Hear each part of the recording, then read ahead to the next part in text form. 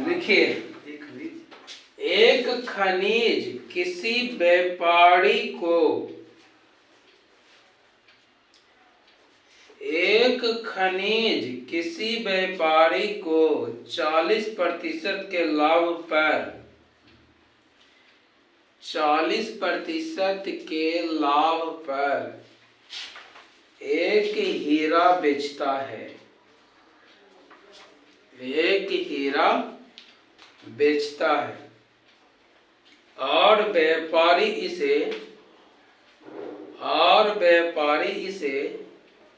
25% के लाभ पर ग्राहक को बेचता है और व्यापारी इसे 25% के लाभ पर ग्राहक को बेचता है। यदि ग्राहक ने इस हीरे को खरीदने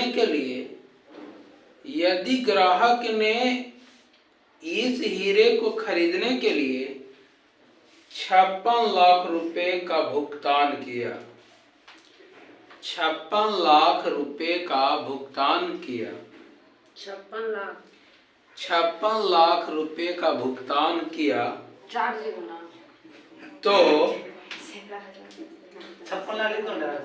तो खनिज को यह हीरा कितने रुपए में मिला? तो खनिज को यह हीरा कितने में मिला? तो खनिज को यह हीरा कितने में मिला?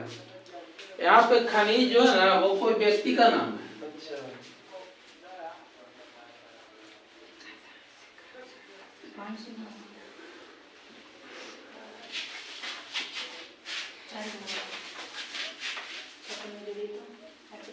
ठीक होगा, 17,000 10,000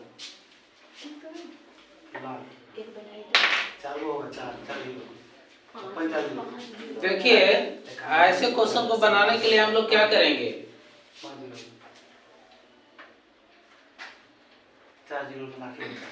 सबसे पहले ध्यान से ये क्वेश्चन को पढ़िए। लिखा है कि एक खनिज किसी व्यापारी को 40% के लाभ पर बेचा, है ना? और व्यापारी यदि ग्राहक को इस हीरे को खरीदने के लिए, है ना, 25%, तो आप ध्यान दीजिए, मान लीजिए कि जो खनिज है ना उसका कॉस्ट प्राइस X है ना? यही पूछ रहा है ना? तो कहता है कि खनिज किसी व्यापारी को 40% के लाभ पर दिया, 40% बढ़ा करके दिया है। इसका मतलब 40% का होल वैल्यू का फ्रैक्शन वैल्यू क्या होता है? ये 40% का हो जाएगा 140/100 काट के तो 2/5 7/5 सही जवाब है। हाँ, होल 7/5 क्लियर है। उसके बाद में ये चला गया अब व्यापारी के पास। व्यापारी क्या करता है? ग्राहक को बेचता है 25% के लाभ पर। 125 का फ्रैक्शन वैल्यू होता है 5/4 हो गया। अब उसके बाद में कहता है कि अब ग्राहक को मिला है कितना में? 9/4 का नहीं होगा 56। ये भी तो लाभ है 56। बताता हूँ ये दोनों कैंसिल। ये कितना? 56 8 सते 56 x = 32 लाख हो गया।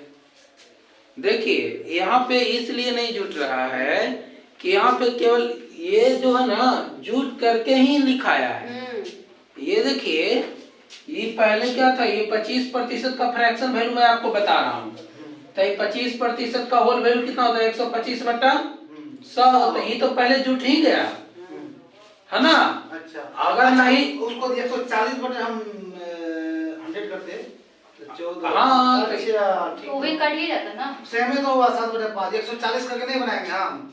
चलिए हाँ, तो काटिएगा तो आ जाएगा उतना ही है सर। देखिए अगर 140 लेके बनाते तो हमको जोड़ना नहीं पड़ता, इधर कर पड़ता ना। तो यहाँ कहाँ जोड़ कहाँ रहे? सेम है, 140/100 कीजिए या 40/100 कीजिए, उतने आएगा 7/5 आएगा। नेक्स्ट क्वेश्चन लिखिए। आंसर हो गया। तो क्या होगा? हानि हो गया 32 टका। नहीं हम पहले उतने बताते थे। किसी वस्तु को ये ठीक है। किसी वस्तु को बी को 25% मुनाफे में बेची,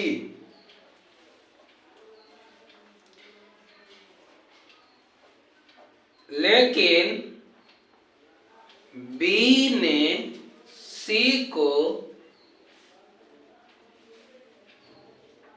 10% घाटे में बेची,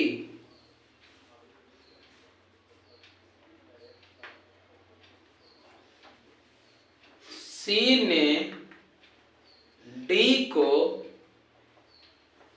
20% फायदे में बेची,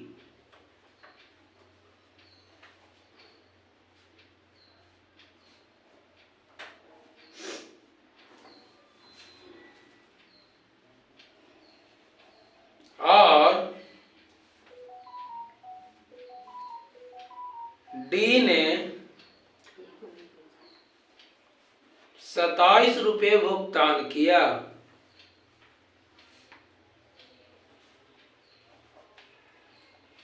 तो ए ने कितने में खरीदा था?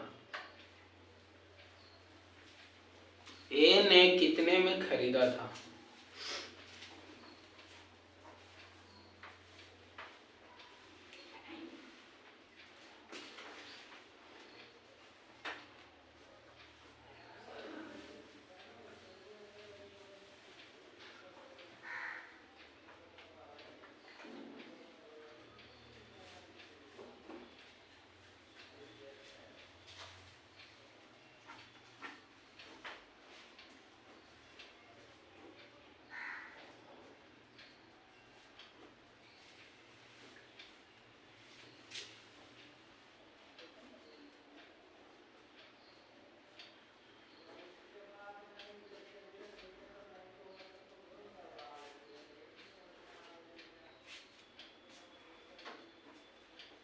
पीछे से बनाना पड़ेगा।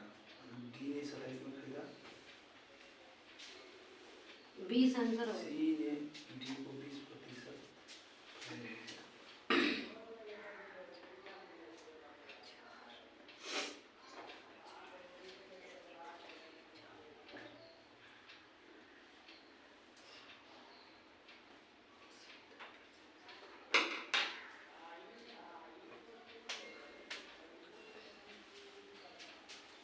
देखिए इस तरह के क्वेश्चन इस तरह से बनाएंगे, पहले सीख लेते हैं उसके बाद में देखेंगे, ठीक है।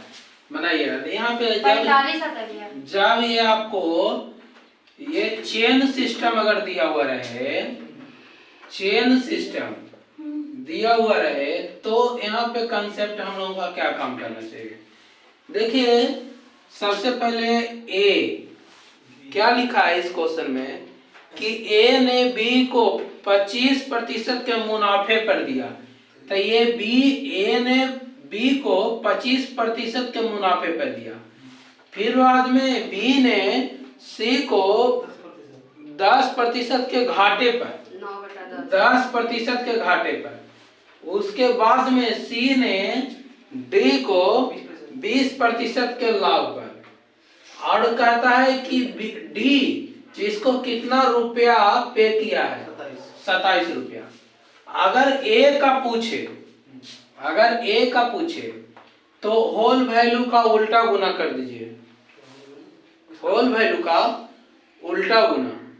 27। हाँ, अगर ए से अगर डी को पूछता, ए को गिवन होता और डी को पूछता, तो होल वैल्यू का सीधा गुना, होल वैल्यू की 27, ये 27 का होल वैल्यू का सीधा गुना है ना।